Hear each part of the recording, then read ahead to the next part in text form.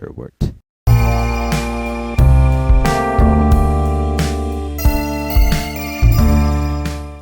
You know, I rarely talk about video games on this channel, especially video games that are lost media.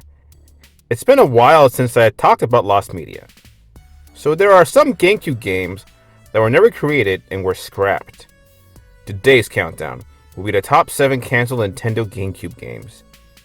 Make sure your lawyers are here, because Nintendo likes to sue anyone who mentions them without spending money. Let's begin, and I hope you enjoy the video.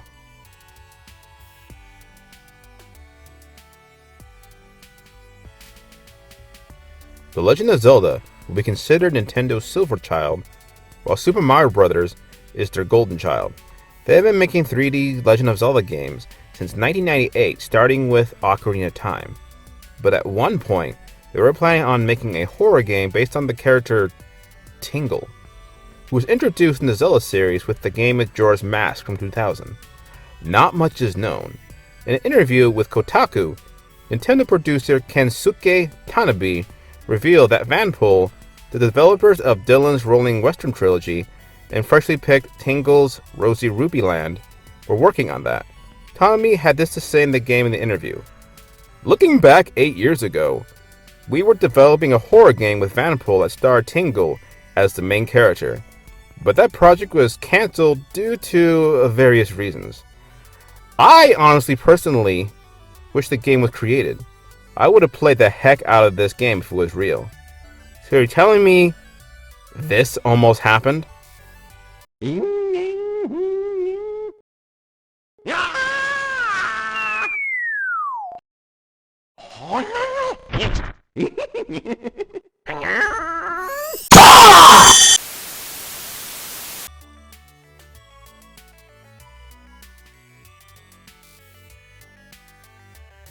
Diddy Kong Racing was a successful Nintendo 64 game that came out in 1997 and was developed by Rare.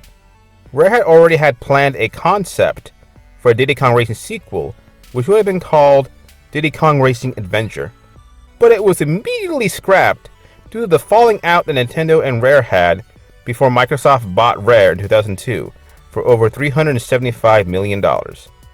After the buyout, Rare's contract didn't expire yet, so the closest thing we got to Diddy Kong Racing sequel was Diddy Kong Racing DS, which received mixed reviews from critics and audience alike.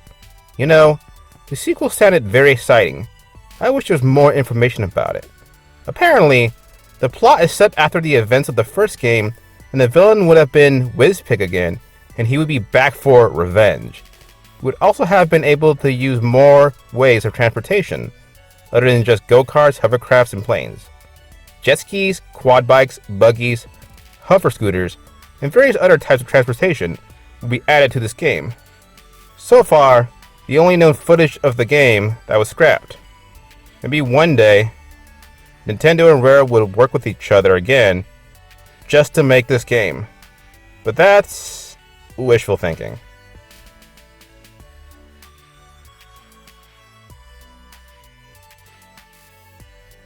Super Mario 128 is a cancelled 3D Mario game that was shown as a tech demo at Space World 2000.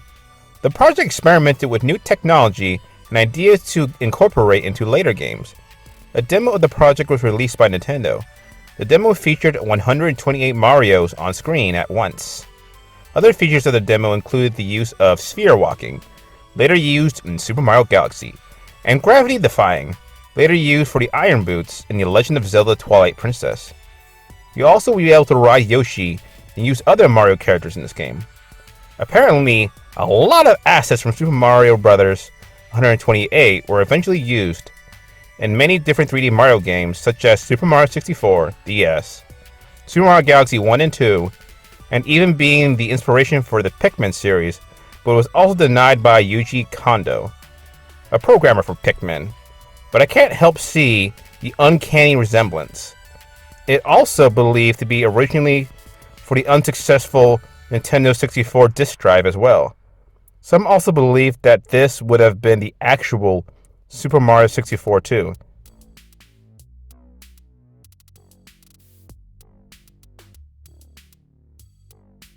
Kirby is another very popular Nintendo IP that doesn't have Mario or Zelda in the name and has been creating games since 1992. For the GameCube, Kirby actually had a 3D game in development, which was known as Kirby for Nintendo GameCube. Much like Kirby 64 The Crystal Shards, this game would have been a side-scroller with 3D graphics presented on a 2D plane. It featured a helper system similar to the one in Kirby Superstar, but allowed up to 3 helpers at a time instead of just one. Enemies and mid-bosses could be stunned by the attacks of Kirby and his helpers. The story would have seen Kirby on a quest to retrieve the Warp Star, which had been stolen by King Dedede, who used its power to create his new robot, DDDD Robot. Official press releases seem to imply the game would use a similar compilation format as Kirby Superstar, with concept art for the main menu shown in the 20th anniversary Kirby Pew Pew Pew encyclopedia, depicting a variety of menu options formatted as a stack of boxes. The game started development in 2000, shortly after the release of Kirby 64 The Crystal Shards, and it was intended to release soon after Kirby Air Ride in 2003. It was announced in November 2004, and trailers and press screenshots were shown during E3 2005, but nothing more would come out of it. As of now, Nintendo hasn't denied or confirmed of the Kirby GameCube game being cancelled or still in production, but I'm pretty sure it's cancelled. A lot of these assets from the cancelled Kirby game were used in future Kirby games, so it wasn't a total loss. I wonder if we'll ever get a Kirby game that's in similar vein to like Super Mario 64, Banjo-Kazooie, and 3D Zelda games. A collectathon Kirby game would be pretty cool.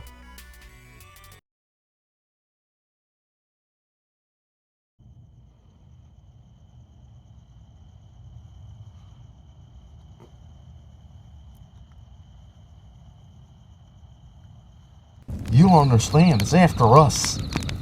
It's big. It's got huge teeth.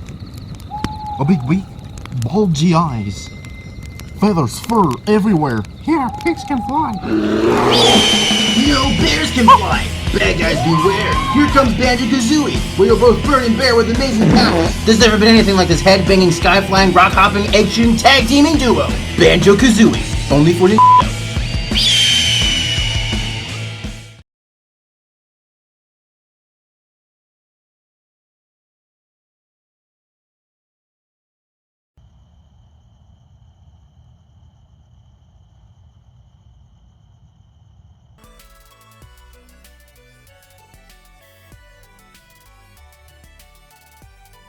Now things are getting interesting.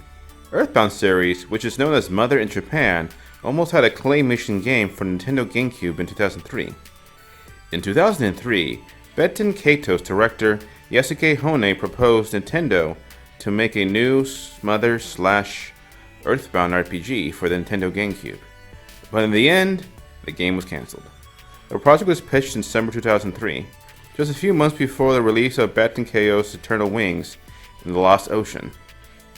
Possibly to become their following collaboration between Nintendo, Monolith Soft, Tricrescendo, and Namco. While Earthbound for the GameCube was never officially announced, in July 2019, Hone showed a couple images from their pitch document on Twitter. I'm looking forward to the forthcoming book about Iwata-san. I met both Iwata-san and Otoi-san at the same time. It was back in 2003 when they were talks between Nintendo and Namco about a GameCube version of Mother. I was happy to come up with a visual concept, and when I went into Ayama, Iwata-san was also impressed. Itoi-san didn't seem very interested. He felt it was a little strange, and yet was continued talks. Itoi-san said, "I wonder if Iwata-kun has any ideas." He seemed flabbergasted. He had an aura of something akin to, "Ah geez."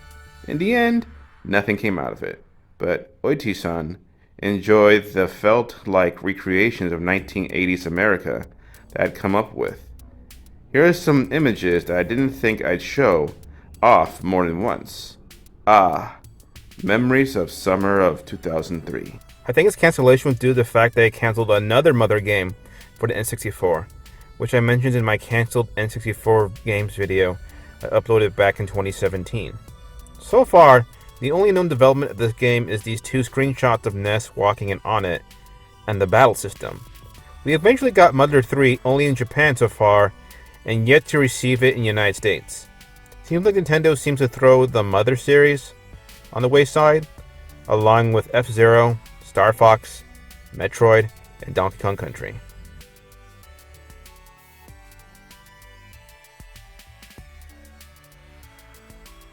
Retro Studios, the company known for Metroid Prime, Donkey Kong Country Returns / Tropical Freeze, and Mario Kart 7, pitched an idea for a Legend of Zelda game themselves.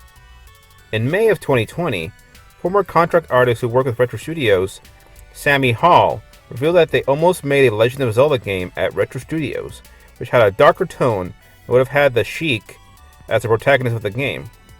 The game was rumored to be about if Link failed to defeat Ganondorf in Ocarina of Time.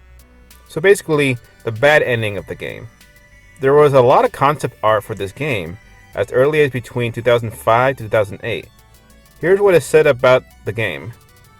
Old storage hard drive diving. 2005-2008. More stuff from a long-lost cancelled Zelda, chic, action / JPRPG, and never went beyond pre-production. Really want to return to these someday to finish a few. Zelda games have wacky, weird stuff, and this game was setting out to be 10 times weirder. Fun pre-production origin story of the Master Sword, within the bad ending of Ocarina of Time, exploring the last male sheiks after a genocidal ethnic cleansing journey transforming into the Master Sword. All while the Dark Gerudo are giving their 100-year birth to Ganon.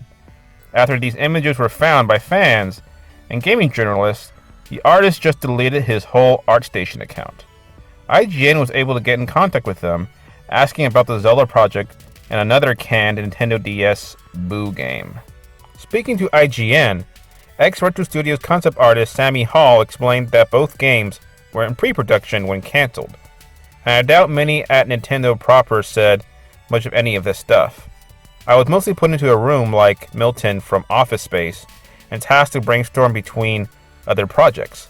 According to Hall, the ideas for both games came from ex-Retro lead Mark Pachini, Todd Keller, and Kean Pearson, but were cancelled the week they were to create their other studios.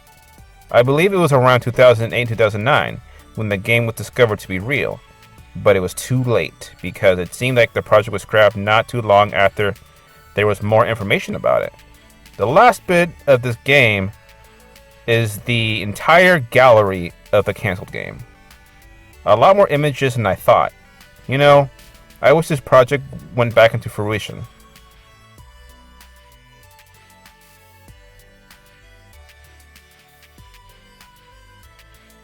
Back at E3 2001, a game titled Donkey Kong Racing was announced, and even had a concept trailer at Space World 2001. Unlike the game Diddy Kong Racing for Nintendo 64, you'd be riding the animal buddies that make appearances in Donkey Kong Country Trilogy and Donkey Kong 64. It featured a good amount of Kongs from the DKC franchise, except for Dixie and Chunky, but brought back Taj the Elephant from Diddy Kong Racing. The game eventually got scrapped and was originally planned to be released on Nintendo GameCube. Rare in 2004 stated that the game wasn't cancelled due to Microsoft buying them in 2002. It was apparently going to be revived into a new game for the Xbox 360 as Saberman Stampede, which was later scrapped late 2005. The only remaining media of this game is the E3 trailer and the concept art and sketches. I think Nintendo not wanting to buy Rare was a catastrophic bad idea in the entirety of the video game industry. Maybe one day they'll work with each other again. One day.